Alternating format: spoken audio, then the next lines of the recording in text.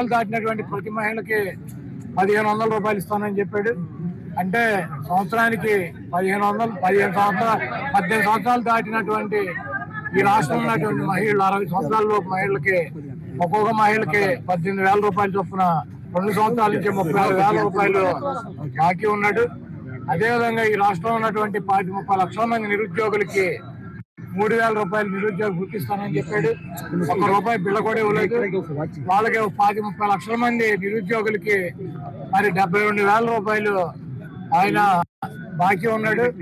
అదేవిధంగా ఈరోజు నిరుద్యోగులకి డిఎస్సి ఎగ్జామ్స్ పెట్టి నేను మెగా డిఎస్సి పెడతానని చెప్పి గతంలో వైఎస్సీపీ ఉండగా 10,000 మందికి మెగా డిఎస్సి పెడితే వాటిని క్యాన్సిల్ చేసి ఇంకొక 6,000 మందిని కలిపి 16,000 మందికి డిఎస్సి ఇచ్చానని గొప్పలు చెప్తున్నటువంటి ఈ ప్రభుత్వం జగన్మోహన్ రెడ్డి గారు అడుగుతున్నటువంటి ఏ క్వశ్చన్ కి కూడా ఆన్సర్ చెప్పేటువంటి పరిస్థితి లేదు. ఈ రోజు నిరుద్యోగులకి సక్రమ మార్గంలో ఇవ్వాల్సినటువంటి ఉద్యోగాలను కూడా మరి బంధుప్రీతితో పార్టీ ప్రీతితో డబ్బు మీద మమకారంతో మరి నిజంగా కావాల్సినటువంటి వాళ్ళకి అన్యాయం చేసి ఈ రోజు వాళ్ళ డిఎస్సి ఉద్యోగులు పొట్ట కూడా కొట్టినటువంటి ప్రభుత్వం ఈ ప్రభుత్వం. అదేవిధంగా ఈ రాష్ట్రాన్ని అనేక రకాలుగా అభివృద్ధి చేస్తాను, నేను సంపద సృష్టిస్తానని చెప్పాడు. సంపద సృష్టించేది ఏం లేదు.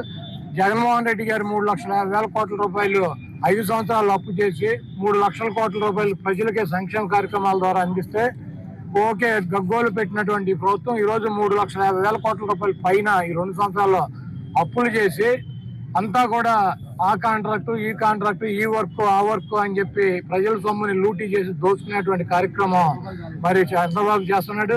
సంపద నేను సృష్టిస్తానని చెప్పి ఇప్పుడు అధికారంలోకి వచ్చినాక చెబుతున్నాడు చంద్రబాబు నాయుడు గారు.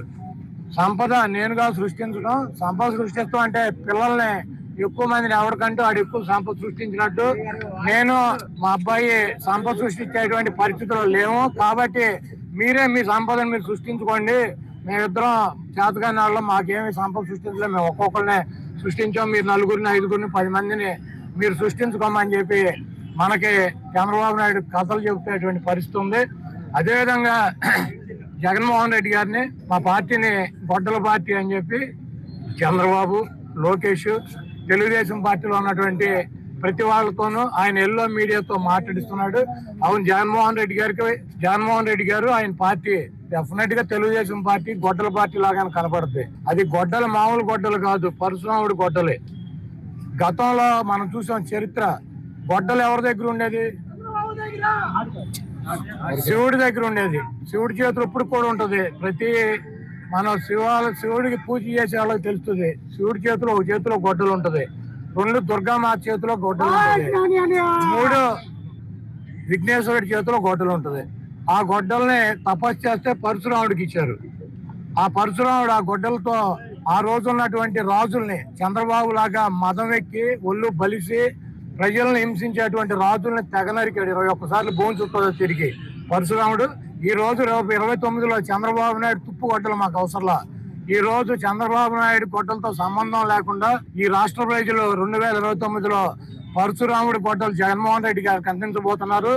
మీరు ఒకటి గుర్తు పెట్టుకోండి, ఆ గొడ్డలతో మీ పార్టీని, మీ అవినీతి సామ్రాజ్యాన్ని, మీ రాజకీయ జీవితాలని తెగనరికి భూమిలో పరశురాముడి లాగా పాతి పెడతాడు. డెఫినెట్ గా జగన్మోహన్ రెడ్డి గారిది గొడ్డల పార్టీ లాగా, జగన్మోహన్ రెడ్డి గారి త్రిశూలం లాగా మీకు కనబడతాడు. దాంట్లో తప్పులేదు, మీ కర్మ. మీరు చేసినటువంటి పాపాలకి, మీరు చేస్తున్నటువంటి అబద్ధాలకి, మీరు చేస్తున్నటువంటి 420 కార్యక్రమాలకి డెఫినెట్ గా జగన్మోహన్ రెడ్డి గారు మీ గొడ్డల్లా కనపడటంలో మీకు, మీ పార్టీకి, మీ అభిమానులకి, మీ మీడియాకి తప్పులేదు. అది పరశురాముడి గొడ్డలు. తప్పకుండా ఆ పరశురాముడి గొడ్డలి 2029లో ప్రజలు జగన్మోహన్ రెడ్డి గారు చేతికిస్తారు. ఆ ప్రజలు ఇచ్చినటువంటి గొడ్డలతో మీ అవినీతి సామ్రాజ్యాన్ని పోకటి వేలతో సహా పగలిస్తారు. ఇప్పుడే సబ్స్క్రైబ్ చేయండి, లైక్ చేయండి, షేర్ చేయండి. వే టీవీ ప్రైమ్, నీ ఉత్తమాభిరుచుల సమ్మేళనం.